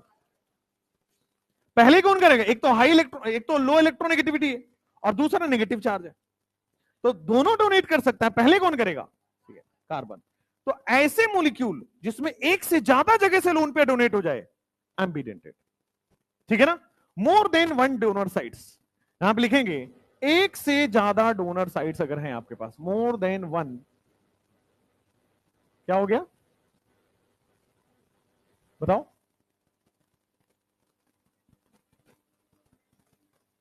हाँ, तो जो कम है वो डोनेट करेगा ना, ज्यादा वाला तो खींचता है। इलेक्ट्रोनेगेटिविटी ज्यादा का मतलब अट्रैक्ट करेगा, और कम है डोनेट कर देगा। More than one donor site. जैसे मान लो एक और एग्जांपल लिखता हूं मैं, NH2OH। ऑक्सीजन पे भी लोन पेयर है और नाइट्रोजन पे भी है, जो लेस इलेक्ट्रोनेगेटिव है वो डोनेट कर देगा, मोर देर से करेगा, करेगा जरूर, देर से करेगा। NH2OH लिख लो, एम्बिडेंटेड न्यूक्लियोफाइल।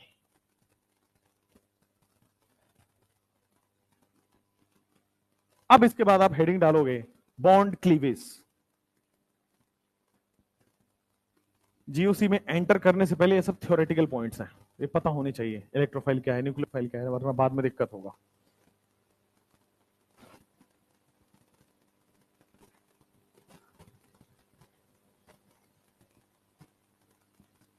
बॉन्ड क्लीवेज,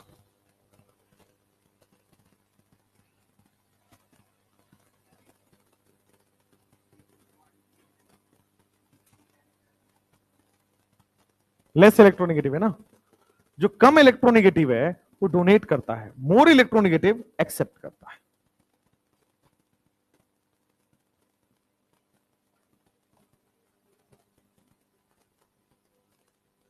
हाँ होगा, इधर भी आएगा, और उसका ऑक्सीजन वाला पार्ट तो करेगा, कर सकते हैं, क्यों नहीं। हाँ, ज्यूट्राइन भी होता है, ज्यूट्राइन बिल्कुल होता है। हाँ हाँ, नहीं नहीं नहीं, देखो ध्यान से, बोर्ड पे देखो सब लोग, देखो इसमें मोर इलेक्ट्रोनेगेटिव नाइट्रोजन है, और इलेक्ट्रोनेगेटिविटी क्या होता है? बॉन्ड पेयर ऑफ इलेक्ट्रॉन को खींचना। तो नाइट्रोजन अपनी तरफ इलेक्ट्रॉन खींचेगा, डोनेट थोड़ी कर पाएगा। मोर इलेक्ट्रोनेगेटिव का मतलब है इलेक्ट्रॉन अपनी तरफ अट्रैक्ट करना, तो जो खुद अट्रैक्ट कर रहा है वो डोनेट थोड़ी कर पाएगा। तो ये अट्रैक्ट करता है, मोर इलेक्ट्रोनेगेटिव का मतलब अट्रैक्ट करेगा, और लेस इलेक्ट्रोनेगेटिव है तो कम अट्रैक्ट करेगा, डोनेट अच्छे से कर देगा। ठीक है, इलेक्ट्रोनेगेटिविटी कम इलेक्ट्रोनेगेटिव जल्दी कर देगा। ठीक है, मोर इलेक्ट्रोनेगेटिव है यानी कि एक्सेप्ट करेगा, सीधा लिख लीजिए, मोर ईएन एक्सेप्ट इजीली, और लेस ईएन है donate easily.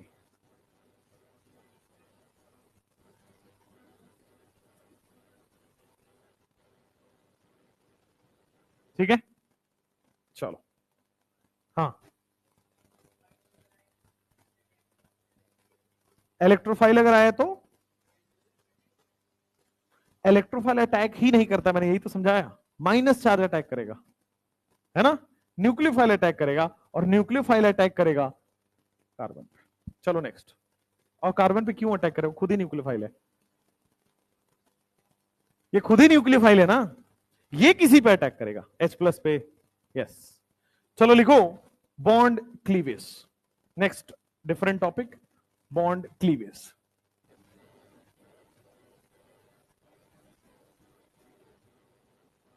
Slash bond fusion. आपने पूछा था कि बॉन्ड टूटता है कैसे, टूटता है वही अब समझना है, बॉन्ड कैसे टूटता है। तो बॉन्ड क्लीवेज या बॉन्ड फ्यूजन के दो तरीके हैं, बॉन्ड क्लीवेज या बॉन्ड टूटने के दो तरीके हैं। एक तरीका है, बोर्ड पे देखो, एक तरीका है, मान लो आपके पास दो भाई हैं, ए और बी, दो भाई हैं ए और बी, बॉन्ड बना है तो बॉन्ड में इलेक्ट्रॉन भी होगा, ए का एक इलेक्ट्रॉन होगा और बी का एक इलेक्ट्रॉन होगा, ऐसे ही बॉन्ड बनता है। अब इस बॉन्ड को तोड़ने के दो तरीके हैं, या तो इक्वल इक्वल दोनों टूट जाए, एकदम बीचों बीच, ए को एक इलेक्ट्रॉन मिल जाए, बी को इलेक्ट्रॉन मिल जाए, एक तरीका यह है, बॉन्ड टूटे और इक्वल इक्वल इलेक्ट्रॉन का बंटवारा हो जाए। कई बार कोई बदमाश निकल जाए तो क्या करेगा, दोनों लेके भाग जाएगा, बी के पास कुछ नहीं बचा। तो दो तरह से बॉन्ड टूट सकता है, हो सकता है बॉन्ड टूटे और इक्वल इक्वल डिस्ट्रीब्यूशन हो जाए इलेक्ट्रॉन का, हो सकता है बॉन्ड टूटे और अनइक्वल डिस्ट्रीब्यूशन हो जाए इलेक्ट्रॉन का। दो ही तरीके हैं, और कोई तरीका नहीं सोच, या तो हो सकता है ए के पास ना बचे, बी दोनों लेके भाग जाए, दोनों ही तरीके हैं। तो दो ही तरीका हो सकता है, या तो बॉन्ड टूटे और equal distribution of the electron हो, और या तो बॉन्ड टूटे और unequal distribution of the electron हो। इसी को नाम दिया गया है होमोलिटिक और हेट्रोलिटिक। इसी को नाम दिया गया है होमोलिटिक। होमो का मतलब सेम, बराबर बराबर, तो होमोलिटिक का मतलब हो जाएगा सेम, बराबर बराबर। लिख लीजिए होमोलिटिक फ्यूजन,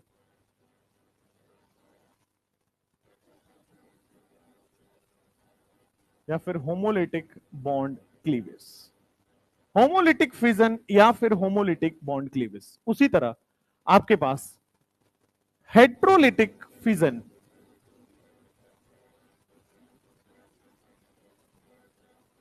या फिर heterolytic bond cleavage.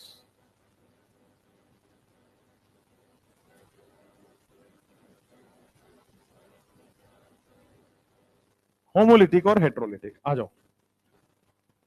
Homolytic bond cleavage में, होमोलिटिक बॉन्ड क्लीवेज में लिखोगे equal distribution of electron. Homolytic में बराबर बराबर इलेक्ट्रॉन का डिस्ट्रीब्यूशन हुआ, इक्वल डिस्ट्रीब्यूशन ऑफ इलेक्ट्रॉन। और हेट्रोलिटिक में आपकी तरह कोई चालू है, अनइक्वल डिस्ट्रीब्यूशन, दोनों लेके भाग गया, अनइक्वल डिस्ट्रीब्यूशन।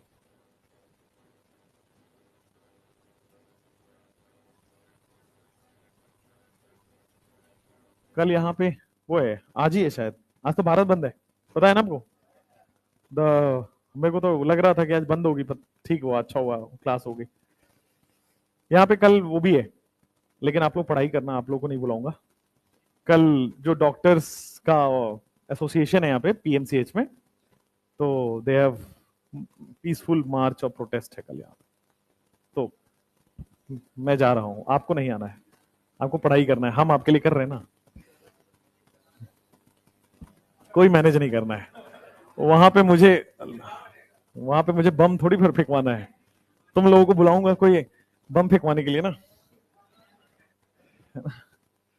वहां पे पीसफुल मार्च है, कैंडल मार्च है, सिंपल है ना।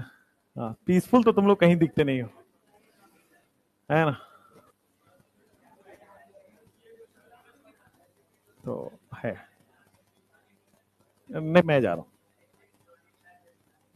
मैं जा रहा हूँ। अब सब चले जाएंगे तो फिर बंद करना पड़ेगा। तो इसलिए मैं जा रहा हूं, बाकी टीचर्स रहेंगे। नहीं नहीं भाई, पीएमसीएच से हाई कोर्ट से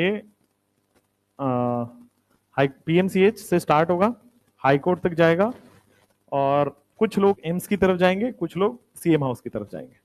तो हम लोग थोड़ा ज्यादा नेता है, हम लोग सीएम हाउस की तरफ जाएंगे, है ना।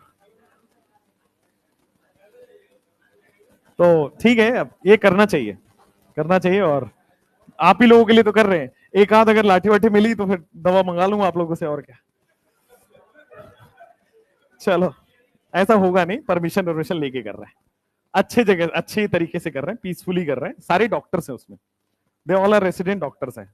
तो मुझे पूरी उम्मीद है कि उसमें भगदड़ नहीं मचेगी, और भगदड़ मची तो मर्सिडीज पैरेलल में चल रही होगी, भाग लेना वहां से, क्योंकि ऐसे सिचुएशन में फिर कोई किसी को देखता नहीं है फिर। तो हालांकि डॉक्टर्स का प्रोटेस्ट है, जाना बनता है, क्योंकि अपने ही फैमिली की बात है, तो जाना तो बनता है, जाएंगे। तो थोड़ा एक्चुअली उन लोगों का कहना है, पीएमसीएच वाले जो बच्चे हैं उनका कहना है कि सर आप आ जाओगे तो कुछ मीडिया आ जाएगी। ठीक है, आ जाते हैं। तो उनको मीडिया कवरेज चाहिए, बेसिकली प्रोटेस्ट में मीडिया कवरेज होना जरूरी होता है, ताकि आपकी बात सरकार तक पहुंच पाए, तो इसलिए जा रहे हैं। नहीं नहीं, और एक एक वो भी हो रहा है, एम्स पटना में एक काइजन करके उनका वो होता है फेस्ट, वो भी स्टार्ट हुआ है, जस्ट मैंने होने वाला है, तो सितंबर में होता है। हाँ, मतलब स्टार्ट हो गया प्रिपरेशन, वो सारा प्रिपरेशन स्टार्ट हो गया है, स्पॉन्सरशिप स्टार्ट हो गया है। तुम्हें इस बात में बड़ा इंटरेस्ट है ना, तुम रंगोली बनाओगे जाके। चलो, तो काइजन वाले में एक बहुत अच्छा सिंगर आ रहा है, वहां भी मैं ही जाऊंगा, आपको नहीं जाना है ना। तो अगर मैं प्रोटेस्ट में जा रहा हूं तो सिंगिंग कंपटीशन वगैरह में मेरा ही जाना बनता है, ठीक है ना। हालांकि वो संडे को इवेंट है, तो उस दिन आपका टेस्ट रखा जाएगा जरूर, ठीक है, पता लगे सारे एम्स में बैठे हुए हैं जाके उधर। हालांकि उसका पास वास होता है, इससे जाना नहीं होता है। अगर किसी को बहुत ज्यादा इंटरेस्ट हो तो मुझे बता देना, तो मैं एक आध पास जुगाड़ करवा दूंगा, अगर किसी को हो तो। अब नहीं तो ज्यादा बेटर तो वो हो कि भाई खुद से जाके देखो अगले साल एम्स पटना का काइजन, है ना। हाँ, तो अगले साल देखने के लिए इस साल नहीं देखना होता है, ठीक है। चलो, equal distribution of electron, unequal distribution of electron. कौन से सिंगर आ रहे हैं, बहुत बड़े सिंगर है, अभी मैं बता नहीं सकता, देखो ध्यान से, बड़े सिंगर है, गुड सिंगर है ना। किसको, एमसी स्टैन। तुमने देखा एमसी स्टैन को, तुमने गाना भी सुना है, गाना समझ में नहीं आता, मुझे भी समझ नहीं है, एक आध गाना उसका पॉपुलर है वो मैंने सुना है।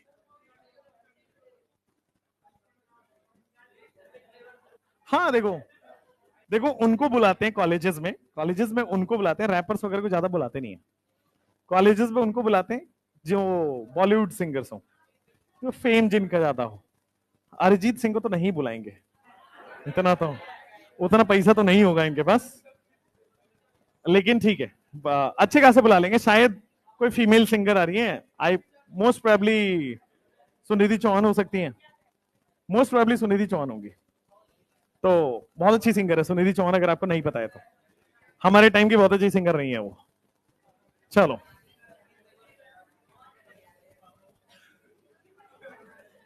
शांत,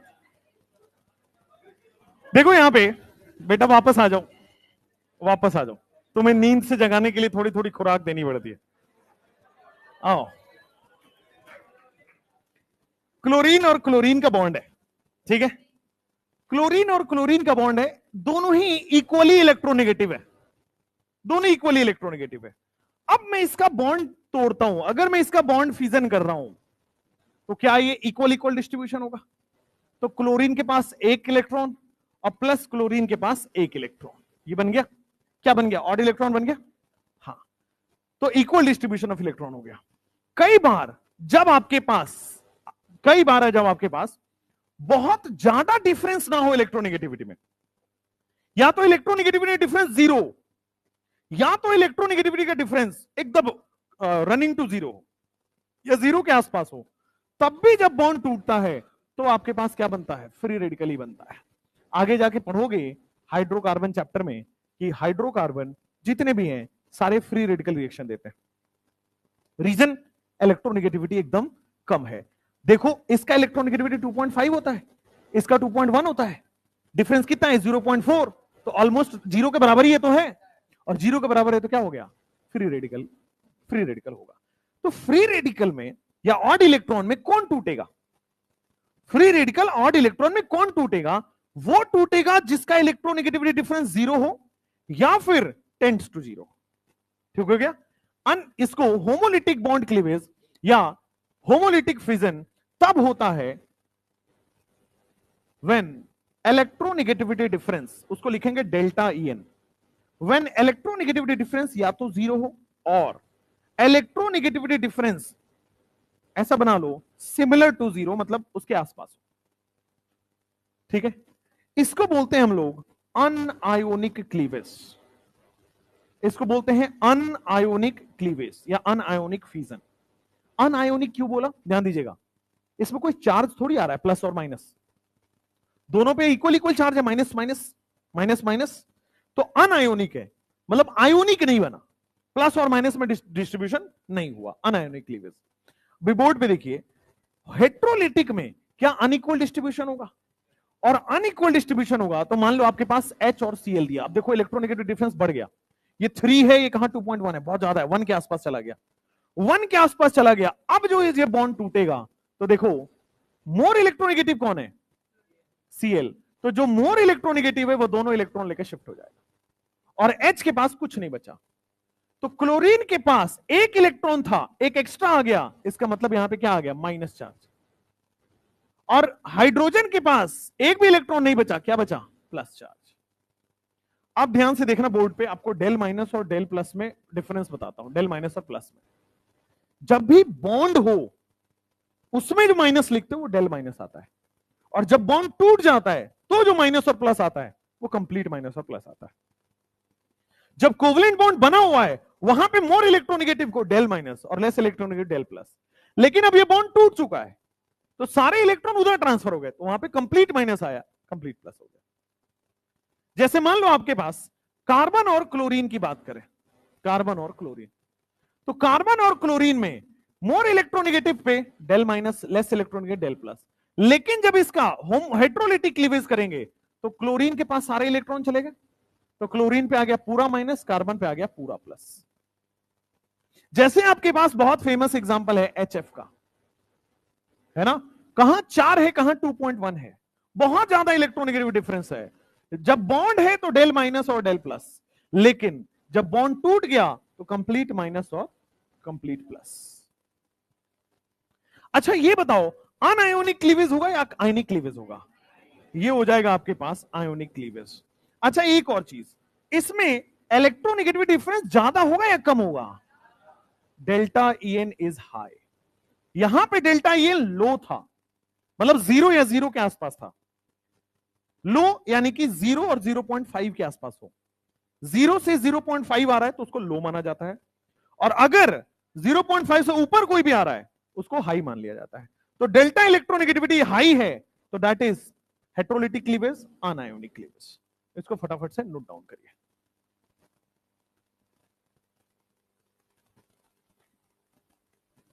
हाँ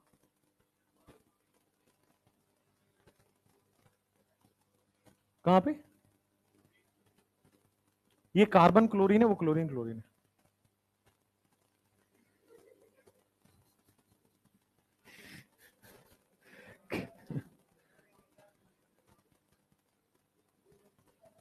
तुम साउथ की मूवी देख रहे हो क्या आजकल। एक मूवी मैंने देखी इधर, इधर ट्रेवल कर रहा था दिल्ली, तो उस समय टाइम मिला था, तो फ्लाइट में मैंने ऑफलाइन डाउनलोड करके चला जाता हूँ नेटफ्लिक्स पे, बड़ा अच्छा मूवी है यार, मैंने बहुत दिन बाद वैसी मूवी देखी, पुरानी मूवी है, लापता लेडीज है, क्या कमाल की मूवी है यार, क्या जबरदस्त मूवी बनाई है है ना, मतलब मुझे मजा आ गया देख के। मैंने पहली बार सर नीचे करके फ्लाइट में देखा है, अदरवाइज तो मैं देखता रहता हूं इधर उधर जनता पब्लिक को। हाँ,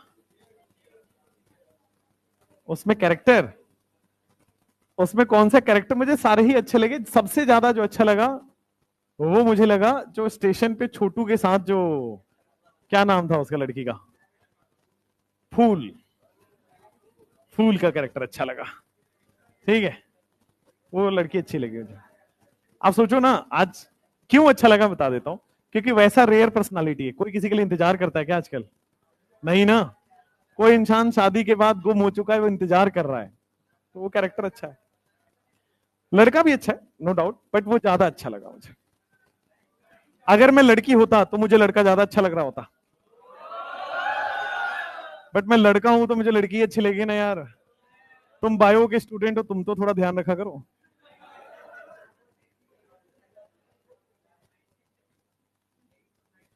वो मतलब कैरेक्टर अच्छा, मतलब क्यूट कैरेक्टर है। बाकी लड़के ने जो एक्टिंग करी है उसका कोई जवाब नहीं है। मतलब वो आमिर खान, सलमान खान सबको फेल कर चुका है, शाहरुख खान सबको फेल कर चुका है, इतना तगड़ा एक्टिंग उस लड़के ने करी है, बहुत तगड़ा वो। ठीक है, तो हालांकि वो आमिर खान प्रोडक्शन से है, अच्छा है, मूवी अच्छी थी, बहुत अच्छी मूवी है। क्या जया, पुष्पा नहीं, Jaya. Pushpa is a wrong name, है ना, गलत नाम था उसमें पुष्पा उसका। खैर अच्छा है, पुष्पा भी अच्छी थी यार, एग्रीकल्चर साइंटिस्ट बन गई होगी बेचारी। अच्छा है। क्या? अच्छा, रवि किशन, हाँ नहीं, रवि किशन ने अच्छा अपना रोल किया, ठीक किया है। अच्छा, हाँ हाँ, आमिर खान का प्रोडक्शन। लिखिए लिखिए लिखिए, अच्छा लगा मुझे, दैट मूवी इज गुड। वैसी मूवीज देखनी चाहिए। आप लोग पता नहीं क्या क्या देखने लगते हो। लिखो, यहां पे जो बनेगा होमोलिटिक फिजन में, जो बनेगा वो बनेगा फ्री रेडिकल। हाँ, सीसीएल के अंदर डिफरेंस बताओ।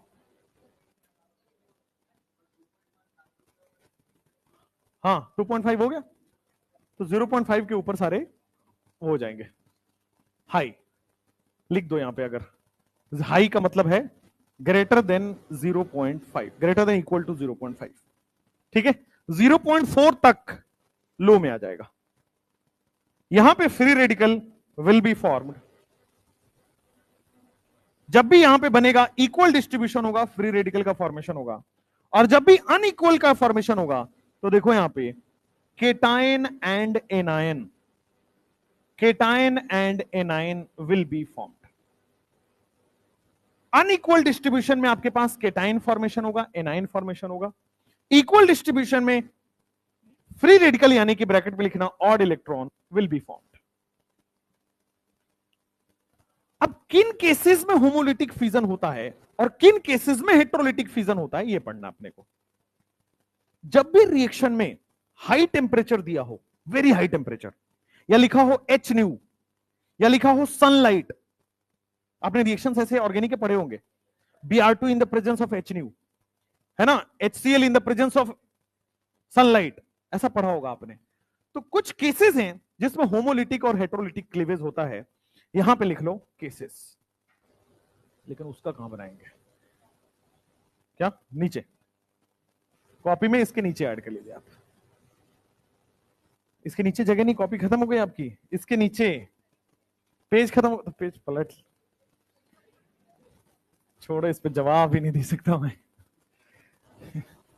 लड़कियों का क्या जवाब दो बताओ तुम, क्यों भाई? अभी तो अभी रक्षाबंधन बीता है, क्या ही बोलना है।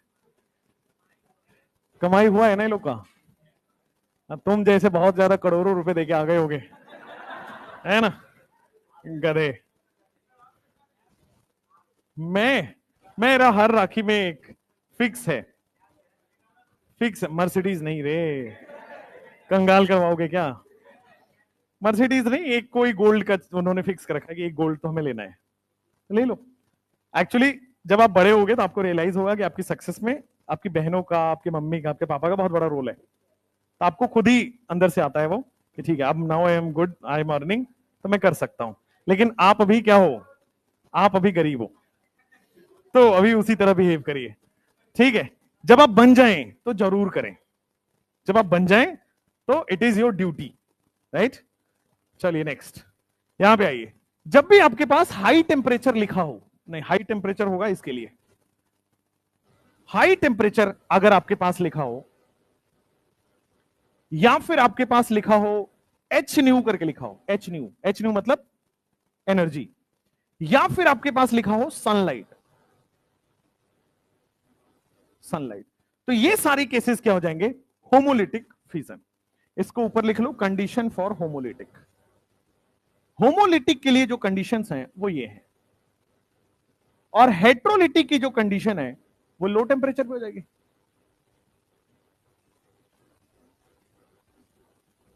हेट्रोलिटिक की कंडीशन है वो है लो टेम्परेचर, है ना। होमोलिटिक और हेट्रोलिटिक के बाद नेक्स्ट, परऑक्साइड अगर आपके पास लिखा हो कहीं पे, जैसे आपने पढ़ा होगा HBr परऑक्साइड, पढ़ा है क्या, सुना सुना सा लग रहा है, सुना सुना सा लग रहा है, HBr परऑक्साइड, HCl परऑक्साइड, वहां पे फ्री रेडिकल लिखा होगा, एंटी मार्कोनिकॉफ रूल लगेगा, आगे पढ़ाएंगे। जब भी होगा वहां पे फ्री रेडिकल होगा।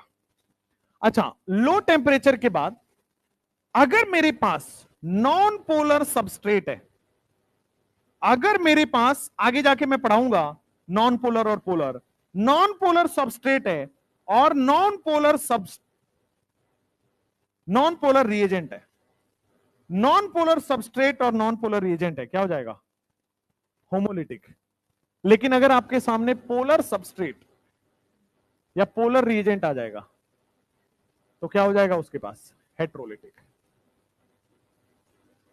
पोलर सबस्ट्रेट या पोलर रिएजेंट क्या हो जाएगा, हेट्रोलिटिक। जल्दी करो,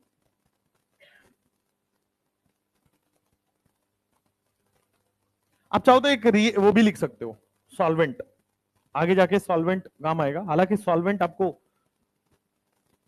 आगे आता है E1 E2 S1 SN1 SN2 में, पोलर सॉल्वेंट, यहां पे आ जाएगा नॉन पोलर सॉल्वेंट। तो ये कंडीशंस हैं जिसको देख के आप बता सकते हो कि कहां फ्री रेडिकल बनेगा और कहां केटाइन एनायन बनेगा। जैसे अगर रिएक्शन में आपके हाई टेम्परेचर लिखा हो तो आपको समझ जाना फ्री रेडिकल बनने वाला है। अगर रिएक्शन में आपके पास लो टेम्परेचर लिखा है यानी कि आप समझ जाना वहां पे कार्बोकेटाइन एनायन बनेगा। अगर रिएक्शन में आपके पास लिखा हुआ परऑक्साइड, फ्री रेडिकल बनेगा। परऑक्साइड नहीं लिखा हुआ है, कार्बोकेटाइन एनायन बनेगा। अगर आपके पास नॉन पोलर चीजें हैं तो क्या बना देगा, होमोलिटिक इलेवेंस फ्री रेडिकल। अगर पोलर चीजें लिखी हुई है तो इसका मतलब हेट्रोलिटिक हो जाएगा। नोट करिए फटाफट, फिर लिखो रिएक्शन इंटरमीडिएट, हाँ उसमें नहीं, लो टेम्परेचर में आ जाएगा, वो डार्क हो गया ना। लिखो रिएक्शन इंटरमीडिएट, यहां से आपका जीओसी स्टार्ट हो रहा है। ये वो था, थ्योरेटिकल टॉपिक्स थे जो आपने 9th-10th में मैडम से पढ़ के आए हो, वो पाप आपने धुल लिया। अब जो है, अब आपको पढ़ना होता है जीओसी, अब स्टार्ट होगा। लिखेंगे रिएक्शन इंटरमीडिएट। क्यों, टाइम हो गया क्या, अच्छा समय तो हो गया। रिएक्शन इंटरमीडिएट, एक संडे को आपकी क्लास इसी संडे को होगी, राइट। सैटरडे होगी, सैटरडे मेरी फ्री नहीं होती, संडे हो जाएगा, राइट। सैटरडे मेरा पूरा ज्यादा ही बुक होता है, हाँ। वही आइसोमेरिज्म, आइसोमेरिज्म में सबसे पहले अब आपको पढ़ना है special case, cumulene, spiro, biphenyl, 3 हो गया। उसके बाद काउंटिंग ऑफ आइसोमर, और लास्ट में MPBP, melting point, boiling point, 5 chapters. Tautomer GOC इसी चैप्टर में होगा, हाँ। क्यों, संडे को सोना होता है क्या, काम है, देखते हैं, हम अपने काम के हिसाब से लगाएंगे, ठीक है। हाँ बताइए,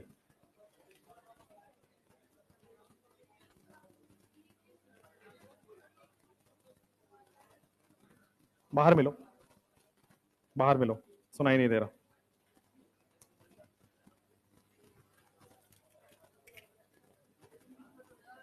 हाँ हाँ, या तो अंदर या तो बाहर बैठो।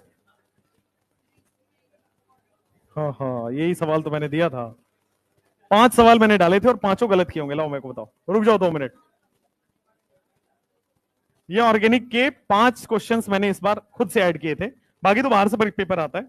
मैं जानबूझ के नहीं बनाता कि आपको पता लगे कि कोई भी पेपर बनाए तो आपसे सवाल हो रहा हो, ऐसा नहीं कि पढ़ाई ना हो मास्टर ने।